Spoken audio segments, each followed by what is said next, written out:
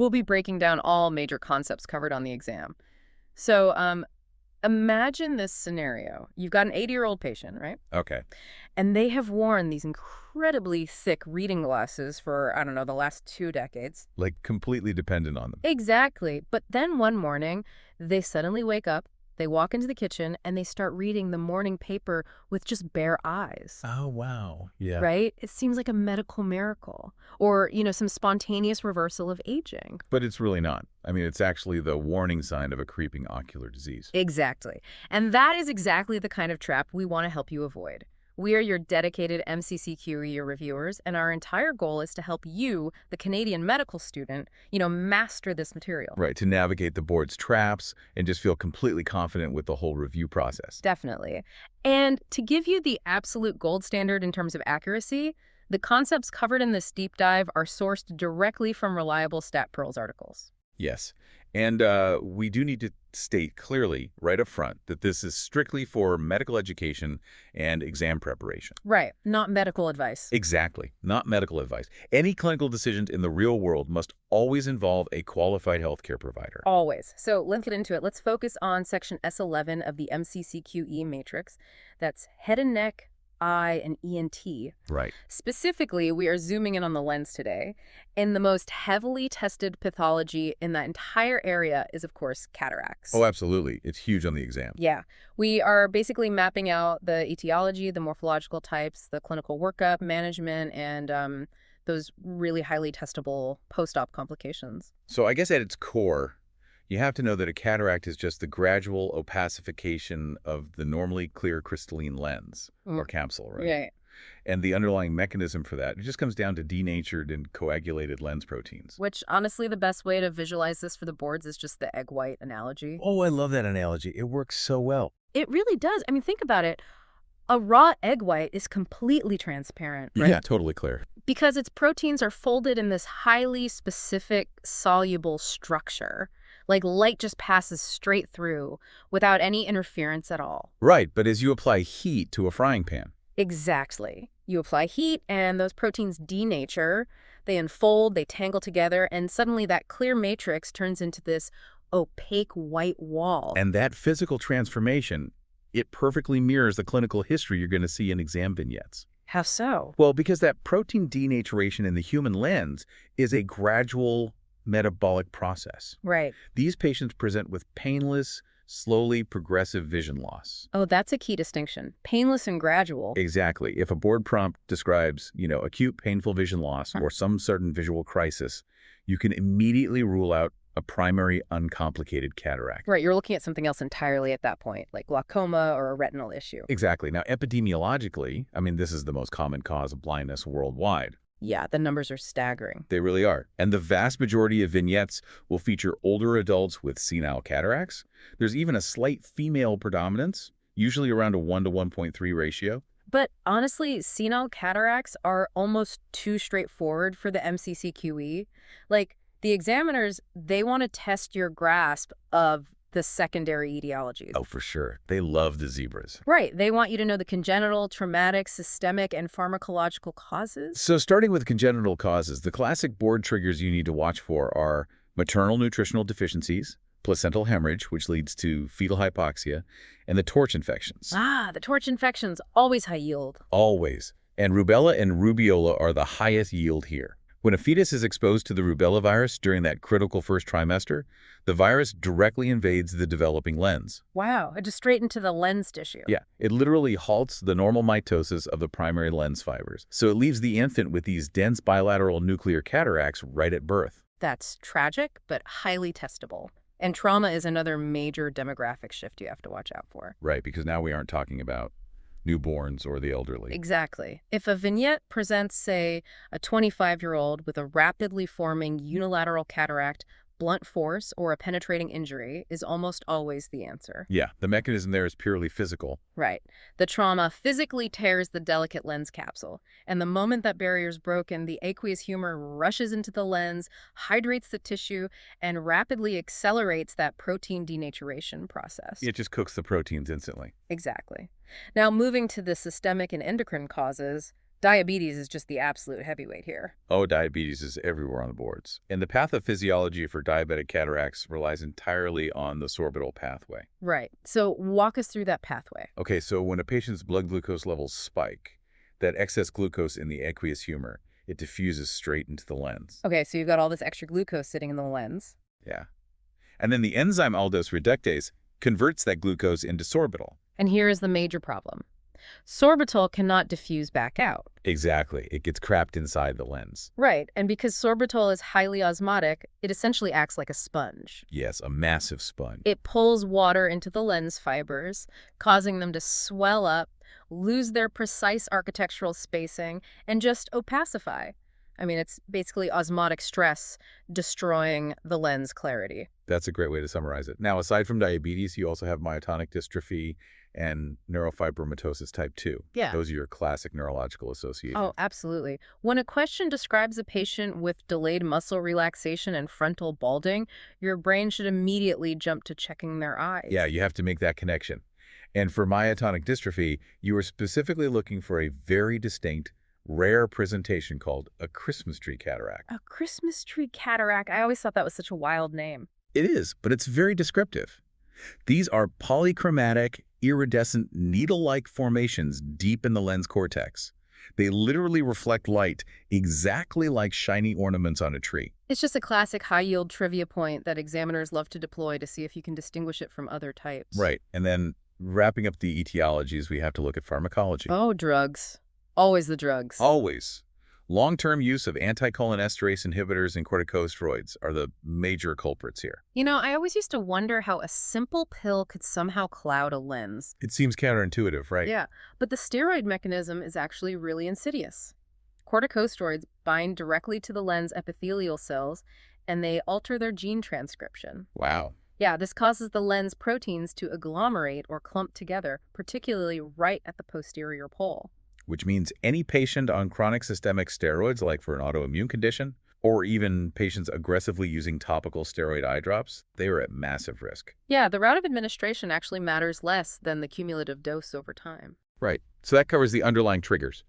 But the anatomical location of those denatured proteins really dictates the patient's specific symptoms. This is a huge testing point.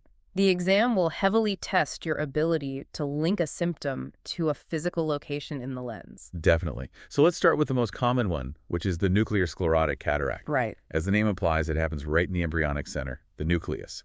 The defining feature here is the deposition of urochrome pigment. And that pigment gives the lens this distinctly yellow or brown or even black hue in the really advanced stages. Yes, and the critical clinical correlation here is the myopic shift. Ah, the myopic shift. Because that central nucleus becomes so much denser due to the pigment deposition, it actually increases the refractive index of the lens. So in physics terms, it means the lens bends incoming light more aggressively. Exactly. It brings the focal point forward, Yeah. making the patient significantly more nearsighted. And this brings us right back to that 80-year-old patient from our introduction. Right, the one reading the newspaper. Exactly. That is the classic second sight of the aged. They suddenly find they can read a book without their reading glasses because that increased refractive index temporarily corrects their age-related presbyopia. But this is a massive trap for the student. A huge trap. It is not an improvement in ocular health. It is just a temporary illusion. Right, because as that urochrome pigment continues to deposit, the opacification will completely block the light, eventually leading to severe visual decline. Exactly. It's a progression of disease, not a cure. So moving from the center to the periphery, we see cortical cataracts. Yeah, these involve the anterior, posterior, or equatorial cortex. And on a slit lamp exam, these present with a very specific morphology. What are we looking for there? Well, the cortical fibers basically begin to break down, forming these physical clefts and vacuoles between the Oh, we layers, see.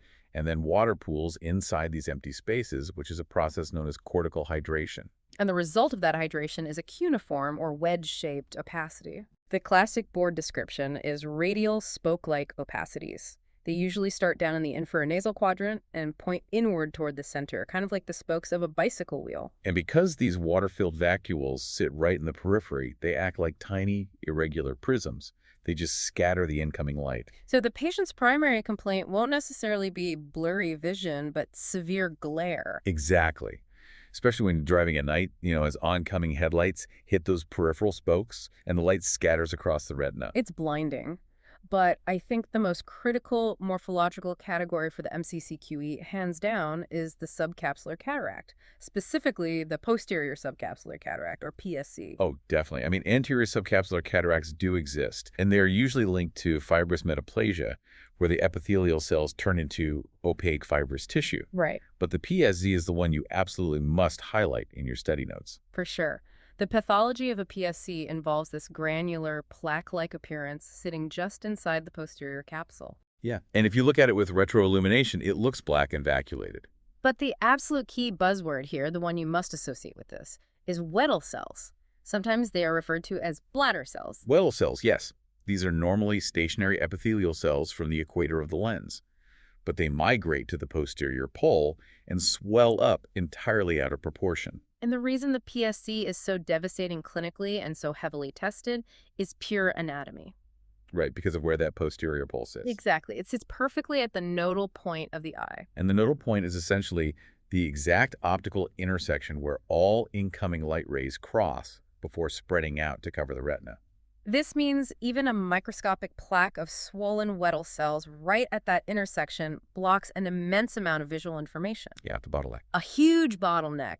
A diffuse cortical cataract might be physically much larger, but a tiny PSC will cause profound visual loss, severe glare, halos, and intense photophobia, just because it chokes off the main optical pathway.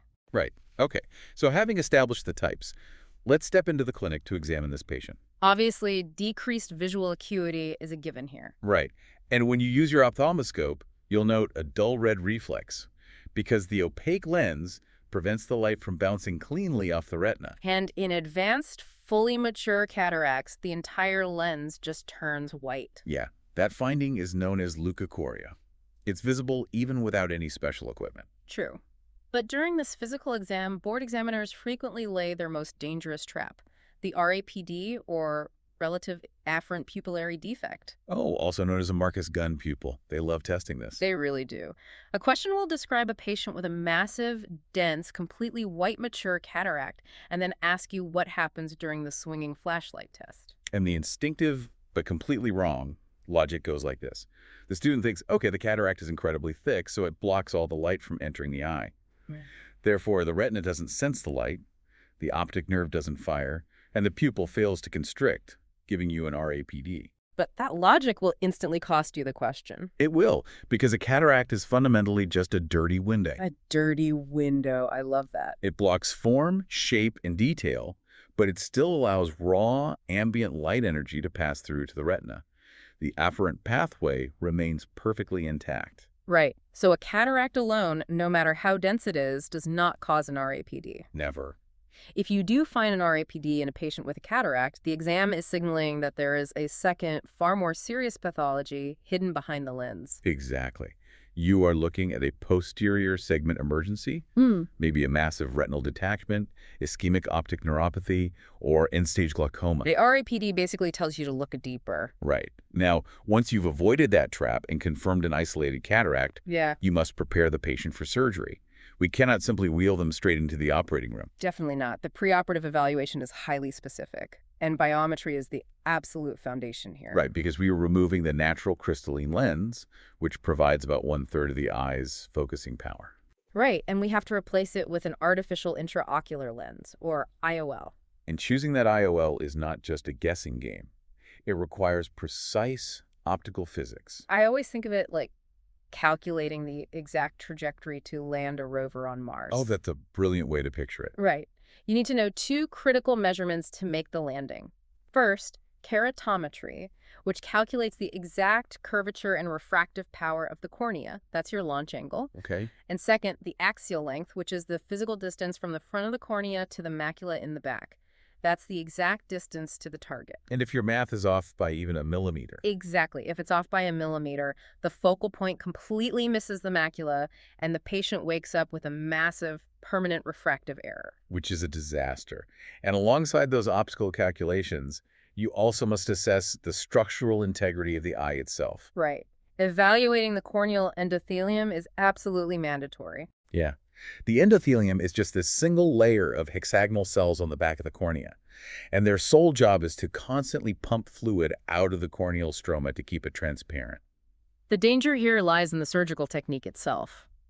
The gold standard procedure is phacoemulsification, right? Right. Which uses ultrasonic energy to physically shatter the heart cataract into pieces small enough to vacuum out. But that ultrasonic energy, it reverberates all around the anterior chamber and strikes the corneal endothelium. Right. And if a patient has a healthy, dense layer of endothelial cells, they can absorb the shockwave and recover. But if they already have a compromised endothelium, say, from Fuchs dystrophy, indicated by corneal guttae or severe arcus senilis, that ultrasonic blast just destroys the remaining cells. And since endothelial cells cannot regenerate, the pump fails permanently. Exactly. The cornea fills with fluid, swells, and turns cloudy. So you successfully remove the cataract, but you essentially blinded the patient with corneal decompensation. Which is a nightmare.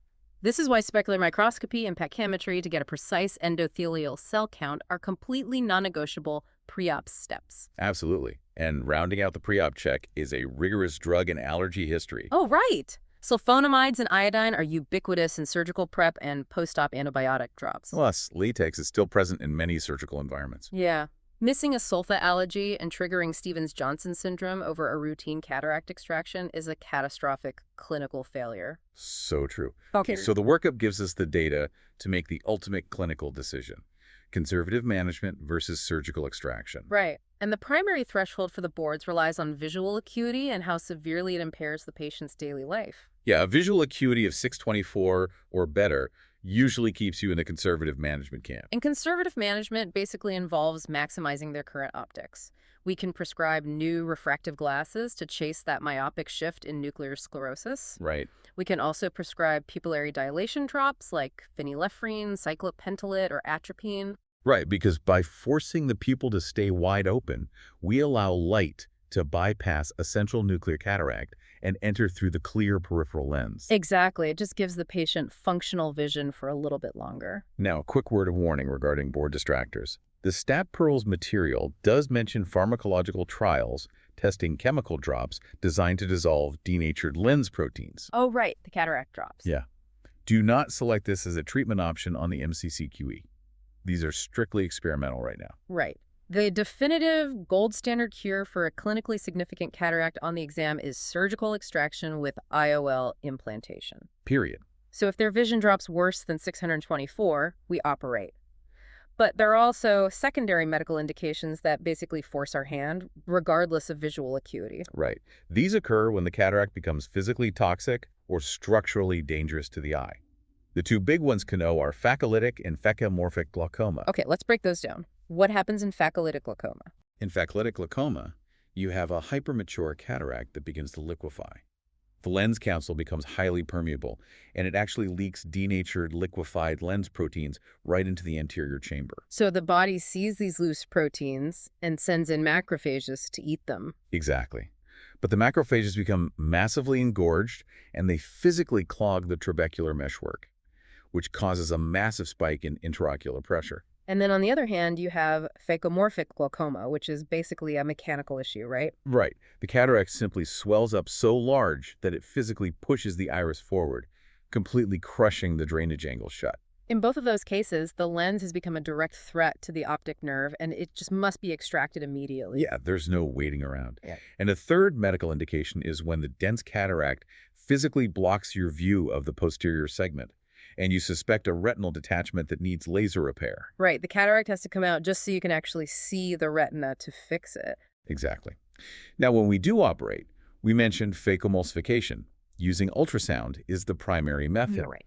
However, if the board vignette describes a hypermature, rock-hard black cataract, ultrasound would require so much acoustic energy, it would completely fry the corneal endothelium. Oh, because you'd have to just blast it constantly to break it up. Exactly. In those instances, manual small incision cataract surgery or MSICS, is the preferred technique. Okay, so that allows you to manually extract the dense nucleus in one solid piece without the ultrasonic energy. Exactly. I always used to get confused about when to abandon fake emulsification, but seeing it strictly as an energy limit issue makes perfect sense. It really does. Yeah. Now, assuming the extraction is successful and the IOL is perfectly placed, the patient moves into the postoperative phase. And the goal here is aggressive suppression of inflammation and infection. Yes. The standard protocol involves a 1-month tapering regimen of topical antibiotics and steroids, typically something like a 1% prednisolone suspension. The classic 6-5-4-3-2-1 tapering method is a highly practical way to manage this on the wards. Right. Basically, the patient takes 6 drops a day during the first week, 5 drops a day the second week, and they just step down sequentially until they reach 1 drop a day in the final week. Yeah, and this slow withdrawal prevents rebound inflammation while allowing the surgical incisions to heal properly. But even with a perfect taper, complications occur. The boards will test 3 specific post-op nightmares: Okay. Irvin-Gass syndrome, endophthalmitis, and secondary cataracts. That's right. So Irvin-Gass syndrome is just the clinical term for postoperative cystoid macular edema. Right, and the mechanism there is fascinating. The physical trauma of tearing the lens capsule and blasting ultrasound in the anterior chamber actually releases prostaglandins and other inflammatory mediators. Right. And these mediators physically diffuse through the vitreous cavity to the back of the eye, where they break down the blood-retinal barrier at the macula. Causing fluid to pool in these cyst-like spaces. Exactly.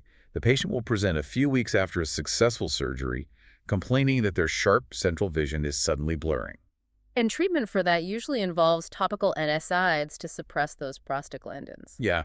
Now, endophthalmitis, on the other hand, presents entirely differently. Oh, this one is terrifying. It really is. It is an immediate, catastrophic, purulent infection inside the globe itself. Right. Within the first few days post-op, the patient experiences excruciating pain, a massive drop in vision, and a hypopyon. A visible layer of white pus. Exactly. Consisting of white blood cells basically settling right at the bottom of the anterior chamber. And this happens because bacteria, usually Staph epidermidis from the patient's own eyelids, have breached the surgical wound. This is an absolute ocular emergency requiring an immediate injection of intravitreal antibiotics just to save the eye. No time to waste there. Right. And the final high-yield complication brings us full circle to our pathology discussion: the secondary cataract. Medically known as posterior capsular opacification, or PCO. Right. During modern cataract surgery, we intentionally leave the very back membrane of the lens capsule intact, acting like a clear plastic bag to hold the new artificial IOL in place. But the epithelial cells we mentioned earlier, those migratory Weddell cells, they can actually survive the surgery. Right. And months or even years later, these cells migrate across that clear posterior capsule and just proliferate. They create a frosty, opaque layer right behind the new lens, so the patient returns to the clinic completely devastated, convinced their cataract has somehow grown back. But it is not a true cataract, merely cellular proliferation on the capsular bag. Exactly. The mechanism is entirely different. Unfortunately, the treatment avoids the operating room completely. Yeah, we just use an N8YAG laser in the clinic to simply blast a clear opening through the center of that cloudy capsule. It instantly restores their vision. Which is amazing. Well, the mechanisms, the traps, and the board nuances, we have covered an immense amount of ground today. We really have. Let's cement this with a rapid-fire recap of the top 3 MCCQE takeaways. Okay, number 1, the second sight trap. An elderly patient suddenly ditching their reading glasses is experiencing a temporary myopic shift due to increased refractive index from nuclear sclerosis. Right. It indicates progressive disease, not a spontaneous cure. Perfect. Number 2, the posterior subcapsular cataract, or PSC, tie this directly to those swollen, migrating Weddell cells. Yeah, and remember, its position exactly at the nodal point of the eye means even a tiny opacity causes devastating visual loss, severe glare, and photophobia. And number 3, the RAPD trap. A cataract is just a dirty window that still lets ambient light strike the retina. Right, so it does not cause a relative afferent pupillary defect. Never. An RAPD in a cataract patient guarantees a hidden posterior segment pathology, like optic nerve disease or retinal detachment. Mastering those 3 concepts, along with the underlying mechanisms we've discussed, will give you immense clinical confidence when facing these questions on exam day. For sure. But before we sign off, there's one final provocative thought to consider. Okay, what is it? Well, we dismissed cataract dissolving drops as an experimental distractor for board purposes, right? Right. Strictly experimental. But step outside the exam matrix for a moment and just look at the future of your field. Imagine the epidemiological shockwave if researchers perfect a topical drop that safely undenatures lens proteins. Wow. I mean, we're talking about eradicating the leading cause of global blindness. Exactly, without an operating room, without biometry, without complex surgical training, and without the risk of endophthalmitis. It's incredible to think about. A disease that currently requires immense surgical infrastructure in developing nations could literally be cured with a simple outpatient prescription. The global health implications are absolutely staggering. They really are. Keep your eyes on the literature as you move through your residencies, everyone. Definitely. Study hard, trust your preparation, and keep reviewing those stat pearls. You've got this.